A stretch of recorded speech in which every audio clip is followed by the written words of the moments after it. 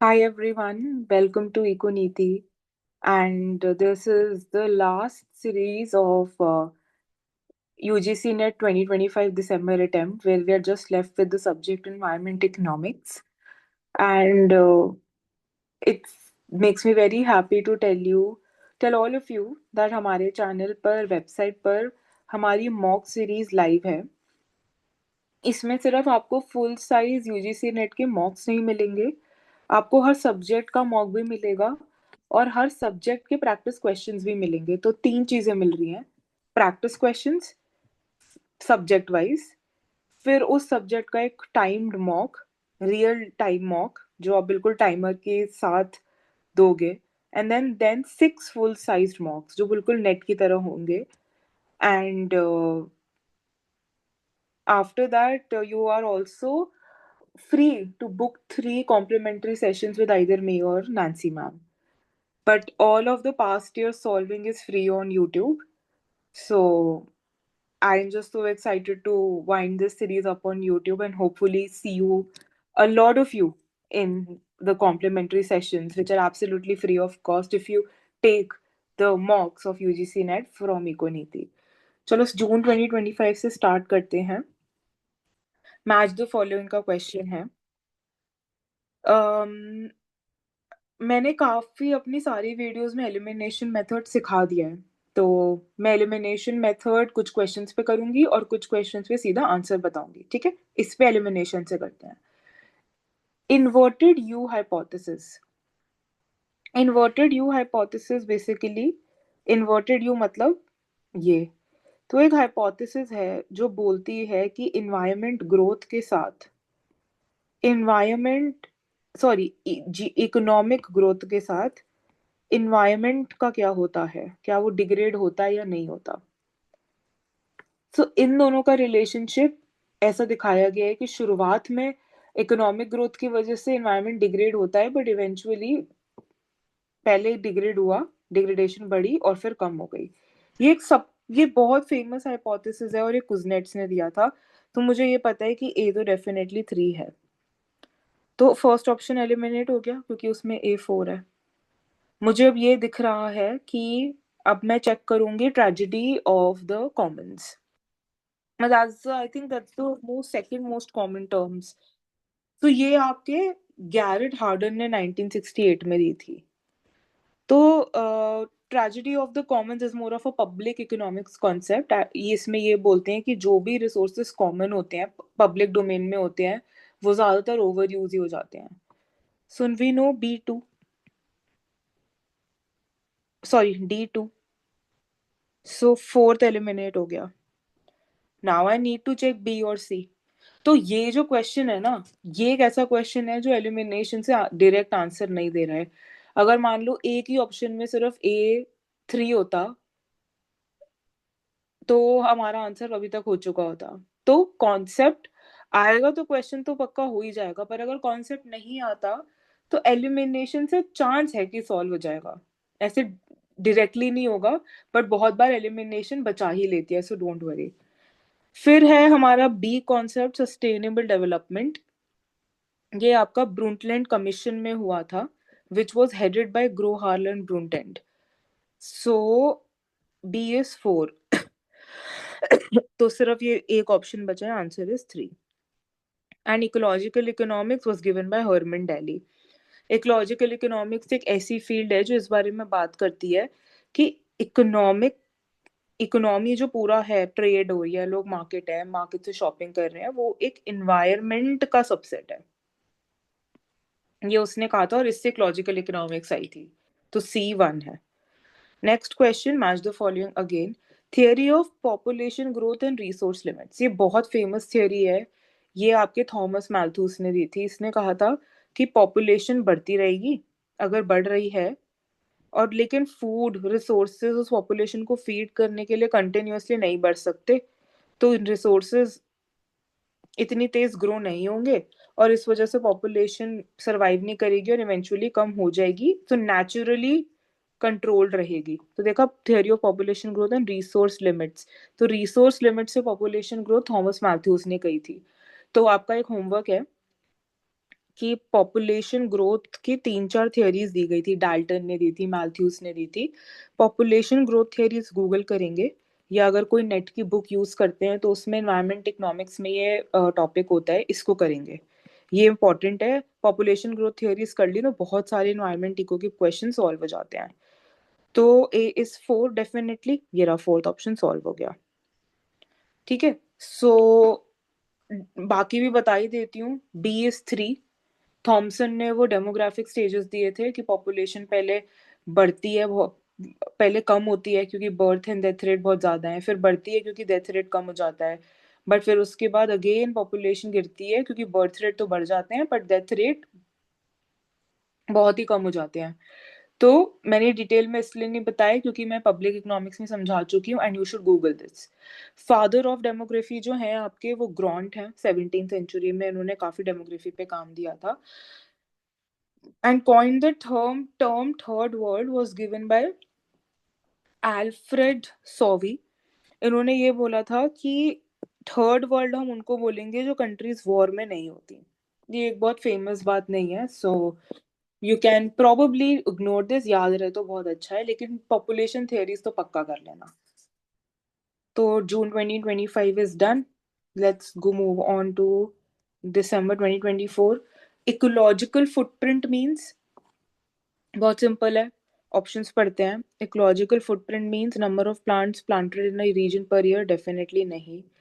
Amount of ecological resources degraded in a country per year, नहीं। It's fourth option सीधा से, humans कितना pressure लगाते हैं रिसोर्सेज पर, वो फुटप्रिंट होता है। फुटप्रिंट किसका? फुटप्रिंट ह्यूमंस का। Method for next question, method used for estimation of price change on a house due to change in environment like this. This is simply beta your hedonic price method. hedonic price method क्या है? It's more about कि जैसे मान लो एक घर है, एक building है और यहाँ पे ट्रीज हैं। कैसे बनाऊं ट्री? ये लो ट्रीज। तो इस ट्री की अगर लोगों को इसको देखने में इसकी सीनिक वैल्यू, सीनिक वैल्यू मतलब देखने में जो अच्छा लगता है, अगर लोग इसको एक्चुअली वैल्यू करेंगे, सीनिक वैल्यू होगी ट्रीज की, ट्रीज लोगों को देखना पसंद होगा, तो लोग बहुत ज्यादा पे करने के लिए तैयार होंगे ऐसी प्रॉपर्टीज का जो ट्रीज के पास है। तो ऐसे प्रॉपर्टीज प्राइस अगर ज्यादा होंगे तो हम ये गेज कर सकते हैं कि इन्वायरमेंट के लिए लोगों की विलिंगनेस टू पे ज्यादा है। तो प्रॉपर्टी प्राइसेस और ये सीनिक ब्यूटी की वजह से जो भी हम एस्टिमेट करते हैं लोगों का attitude towards environment through property price, वो हेडोनिक प्राइस में आता है। ट्रैवल कॉस्ट मेथड क्या होता है कि लोग रिक्रिएशन करने के लिए अगर नेचुरल जगहों पे जाना चाहते हैं तो हम उनके ट्रैवलिंग के कॉस्ट को चेक करके निकाल सकते हैं। अगर किसी ने बहुत खर्चा करा है माउंटेन्स पे जाने का, मतलब वो नेचर को वैल्यू करते हैं। बेसिकली नेचर को लोग कैसे वैल्यू करते हैं वो चेक करने की अलग अलग मेथड्स हैं। प्रॉपर्टी प्राइस से देख लो या ट्रैवल करने से देख लो। Production is more about output बनाना विद रिस्पेक्ट टू नेचर, लोग कितना अच्छे से सस्टेनेबली बनाते हैं प्रोडक्शन, वो प्रोडक्शन होता है। एंड जो कंटिंजेंट वैल्यूएशन मेथड है, that is simply asking directly from people कि आप इसके लिए कितना विलिंगनेस टू पे दे रहे हो किसी प्रोडक्ट को दिखा के। That's a valuation technique, not या। देन अगस्त दिसंबर 2024 में दो ही क्वेश्चन थे। जून अगस्त 2024 मैच द फॉलोइंग अगेन।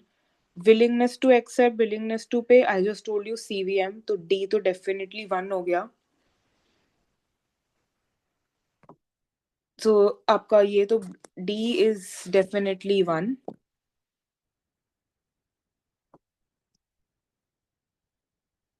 तो डी इज 1। ये मैंने पहले इसलिए मार्क करा है बिकॉज हमने अभी किया, तो मुझे पता है कि 2 और 3 तो 2 और 4 तो एलिमिनेट हो गए। मॉन्ट्रियल प्रोटोकॉल पे चलते हैं। मॉन्ट्रियल प्रोटोकॉल का जो फेज था उसका उसका एम ये था कि जो भी हमारे ओजोन लेयर से चीजें बाहर जा रही हैं, ओजोन लेयर डिप्लीट हो रही है, हमें उससे कंट्रोल करना है, तो इसको बोलते हैं कंट्रोल ऑफ सीएससी। तो AS2। तो आंसर तो मिल गया है, बाकी भी देख लेते हैं। COP28 was a climate conference and Rio+20 was about sustainable development। इनका काफी ज्यादा फोकस ग्रीन इकोनॉमी पे था, ये वो टर्म थोड़ा याद रख लेना हो सके तो। ठीक है, अब चलते हैं अपन 2023 के पेपर पे। सो अगेन मैच लिस्ट वाला क्वेश्चन है, Ramsar conventional, Basel conventional, Montreal protocol. Montreal protocol अभी हमने किया है, it was about ozone layer depletion, तो C1 हो गया। दिख रहा है आप लोग को, ये C1 हो गया, अभी किया है लास्ट 10 बस कुछ सेकंड पहले। फिर जो आपका रमसार कन्वेंशन है, it was about conservation of wetlands, तो A3 हो गया।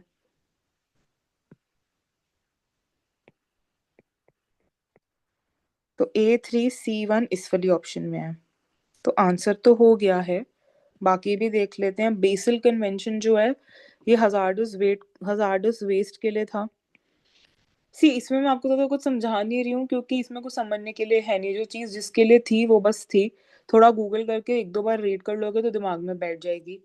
ठीक है, ए हमने कर लिया, बी सॉल्व, सी फॉल्स। डी जो है पेरिस एग्रीमेंट, ये एक बहुत फेमस एग्रीमेंट है जो जीएचजी कमीशन कह रही हूँ, एमिशंस को कंट्रोल करने के लिए हुआ था। इसके बारे में पढ़ लेना, ये एक अच्छा इंपॉर्टेंट फेमस टॉपिक है। ठीक है, then moving on to match the following again, Coase theorem, public economics concept है, I'm not repeating it again, definitely it's A1।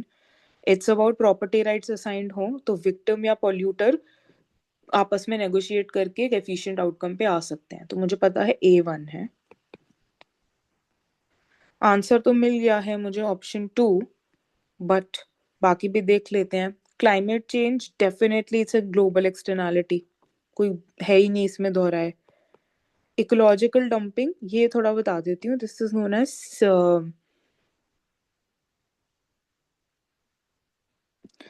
Ecological dumping क्या होती है कि लेट्स से यूरोप को कोई ऐसी चीज बनानी है, एक यूरोपियन कंपनी को, जिसमें काफी एमिशंस होने हैं, तो वो ढूंढते हैं किस कंट्री में जीएचजी एमिशंस को लेकर लॉ स्ट्रिक्ट नहीं है, तो शायद हमें कम टैक्स देना पड़े, कम फाइन देना पड़े।